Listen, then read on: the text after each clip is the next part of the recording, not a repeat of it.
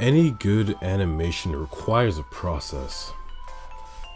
And today I'm going to be sharing with you my process, but we're going to be starting from step number 2. I know what you're thinking. What about step number 1? Don't worry about that. We're going to start from step number 2.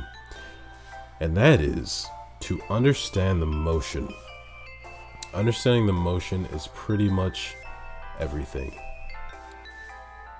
As simply, easily, and quickly as you can, you want to get this down, fundamentally. You may now be wondering, how exactly do I understand the motion? It's quite simple. You get a reference. Now, you can either use yourself or you can get something online. For this particular animation, I went to go get something online simply because I don't know how to do flips very well.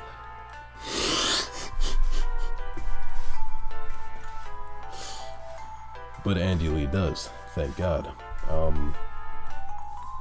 So now that I have the reference, I'm going to go through the video. Now this is for if I record myself or find a video. It's the same thing that I'm going to do. I'm going to go frame by frame or very slowly slide to see which points of the motion are most interesting to capture for the pose, because you're going to make keyframes. The keyframes, kind of self-explanatory. They're the major frames that you go off of to create the motion later when you go back and fill in the blanks. So we want to, as best as we can, describe the motion, but we should not be afraid to over-exaggerate or make things look more dynamic. In fact, you should be looking for the points and the times where you can over-exaggerate it and make it look more dynamic. Your goal should be to make it look more interesting than what the reference has offered you. So periodically you'll see me go back to the reference and just to look or get a feel of how the motion's working when I forget and I need to move forward. Whenever I'm checking the frames that I already have, I'll still go back to make sure it feels the same. That's a huge thing that you want to go for. When you're spacing, you want to make sure that it feels right. That's really the only guide you have. You need a little bit of an analytical approach, but primarily you should let the feeling guide you when you're flipping back and forth. That's going to tell you if your spacing is good enough to move on. The way that you will know your keyframes are done is when you go back over it and you're flipping through it and you can feel that motion just happen right in front of your eyes. There are some exceptions to this rule. Sometimes things will be moving so fast and the camera will be going so crazy that you need all the frames, all the in-betweens, everything before it actually feels that great. So depending on what you're doing, don't not move forward because you don't perfectly feel the motion that's supposed to be happening. So directly after finishing the keys, the next thing that you're going to want to do, step number 3, which is go back over, and at this stage you're going to just have to guess how many frames you're going to need in between each keyframe. Just use your best judgment. As you do it more, obviously you'll get better at guessing, but it's not a big deal if you get it right because you can obviously change it at any time. So if you want to see how I did it personally, that's what the rest of this video is going to be. I'm just going to be going over, explaining my thought process, explaining how I do particular things. Other than that, that is pretty much the last step. Everything else is just going to be. So there I just changed the arm because initially they were in the same pose. That doesn't really tell the story. So I'm telling the story of the arm coming forward, giving it more momentum, weight. It also helps guide the eye across the screen. And A lot of animation is just guiding the eye to a certain idea or a certain motion or feeling. So by moving the arm up on the first frame, it's gonna give it more momentum.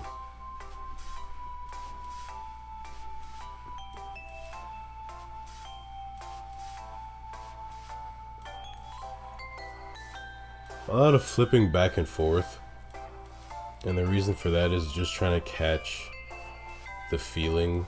I'm trying to imagine where the limbs would go, what feels best, and then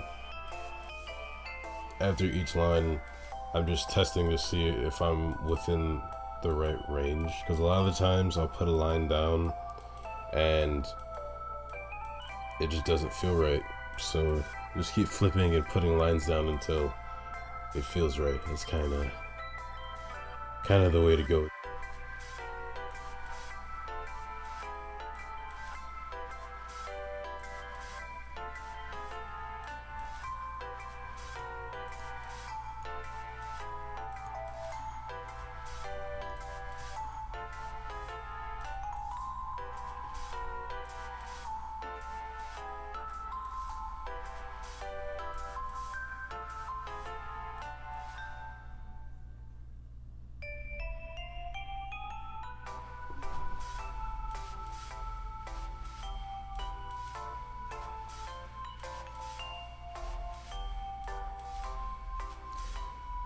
See, I've completely broken the arm here, and that's something that'll give it more fluidity, and it'll actually make it more believable while it's playing. Instead of it looking so stiff or straightforward. You never want anything to look straightforward. You never want to do things in animation just completely straightforward. It looks really boring. You don't want to be going from A to B to C. You want to go from A to Z to B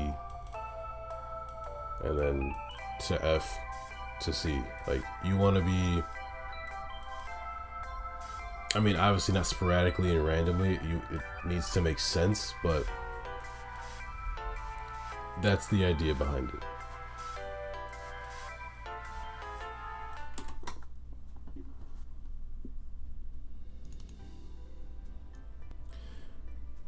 And this is all a part of the inventiveness I was talking about, or the need to not stick completely to the reference, don't completely stick to that script. Here on this frame, I'm trying to bring it closer instead of just having the hands snap right in front of your face, because if you don't have these certain things, you won't feel it. It'll just happen so fast that no one really knows what's going on. So the entire thought process behind this frame was, okay, the momentum, the character, her hand needs to be guided in front of the camera, guided in front of the viewer's face, so they can feel her using her hand to help herself flip.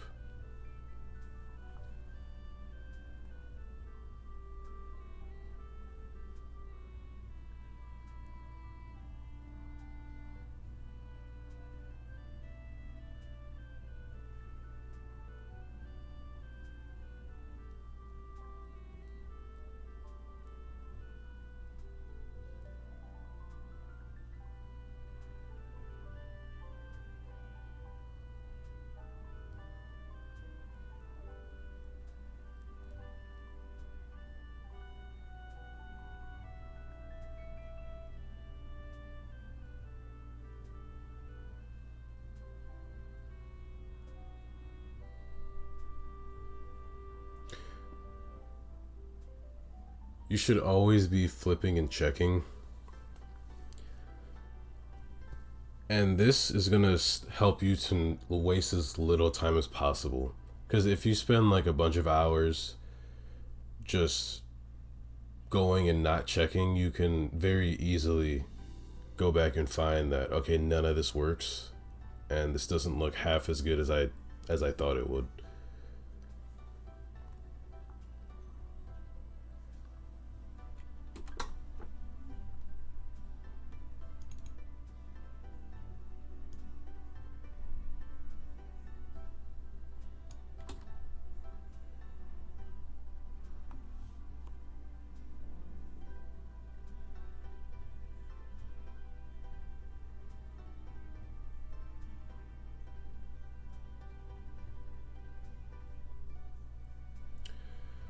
So this in between frame is not as inventive. I actually went back to the original reference to get some more guidance.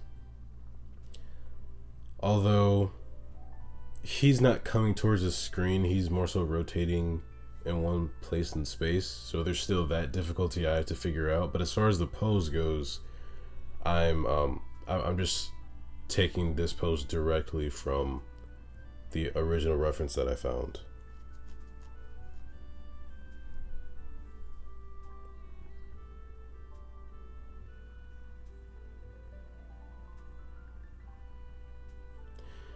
And honestly, still even here, if I can make anything more dynamic without ruining the motion, only making it look better, I will still do that.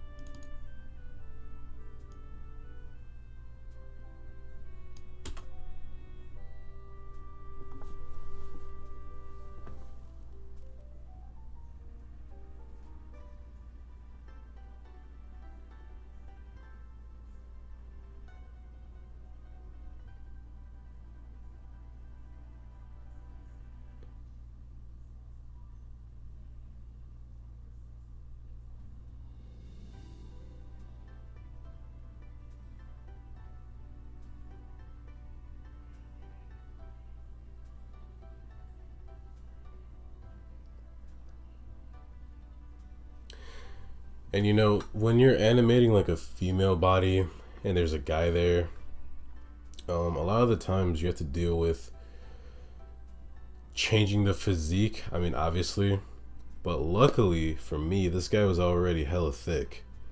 So it wasn't too hard to keep them on track with each other. Really, the only thing I changed here was more of the angling of the torso and a little bit of the arm. As far as the lower body goes, like I said, he was hella thick. So I kind of just kept it within his region of thickness.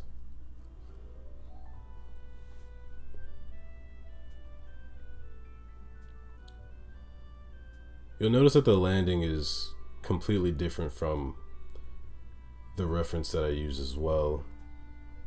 I don't know if I show that in the video very well, but the landing is completely different. After the flip happens, I really just did my own thing after.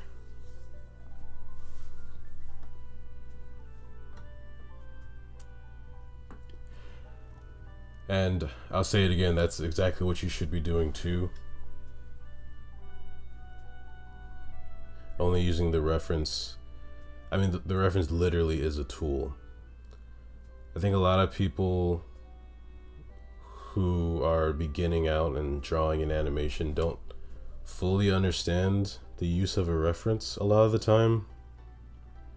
And they just end up copying. That doesn't get you anywhere unless it's a study. If it's an actual piece of work, you should be thinking all the time, and copying cuts out too much thinking. The reference is really just there whenever you need to hold your hand again.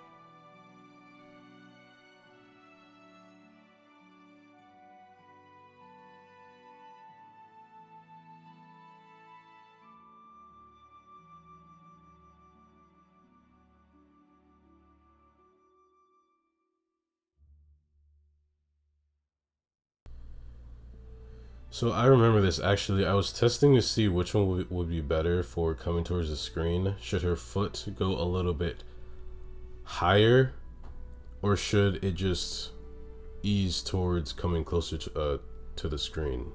Which one will look more dynamic? Which one will look more believable? And I think animation is so complex that you can pretty much always test little things like this, which one will look better. Unless it's the same exact motion that you're just redoing, you can always test this kind of thing, and each motion can just be too different to where doing something a little bit different than you did before can just give more life.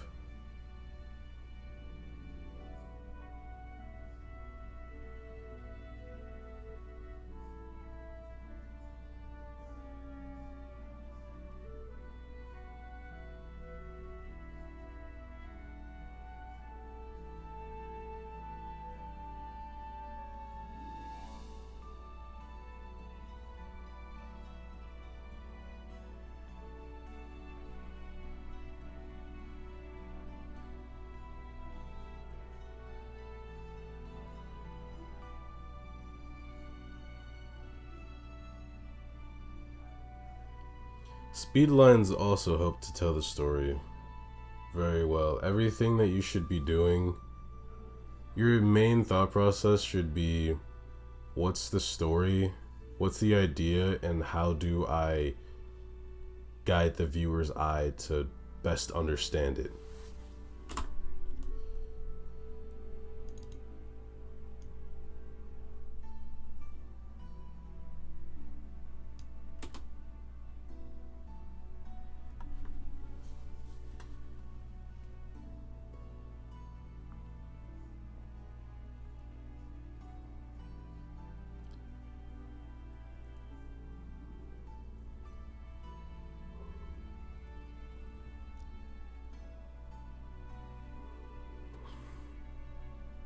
Oftentimes you realize a frame that you thought was good actually is just fucking up the entire animation, so always be wary of that. Never get to test your drawings.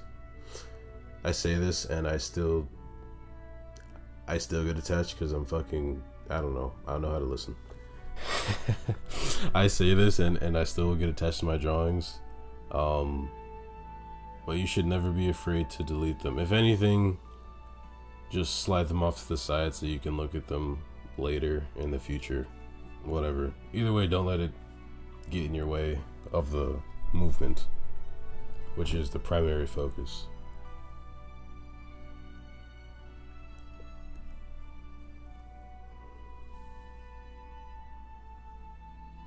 You should also always be aware of the main limb that's driving the motion. Like at first it's the arm coming towards the screen, and then as she's flipping in the air, it's her leg that's turning over that is the main driving force, and that becomes the most important thing to space properly. So above all else, that part needs to be spaced the best for sure. Obviously do not slack on everything else, but you need to be aware of the main driving force of the motion, whichever limb is doing that.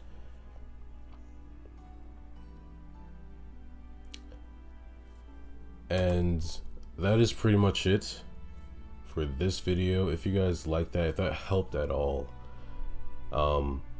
please like, share with someone who might benefit from this, comment, subscribe. I'm really trying to build a community where people can come to learn animation, because as I'm looking online, you can learn to do just about anything but animate. Like on YouTube, there's just a few beginner tutorials. Nothing is intermediate, and definitely nothing advanced.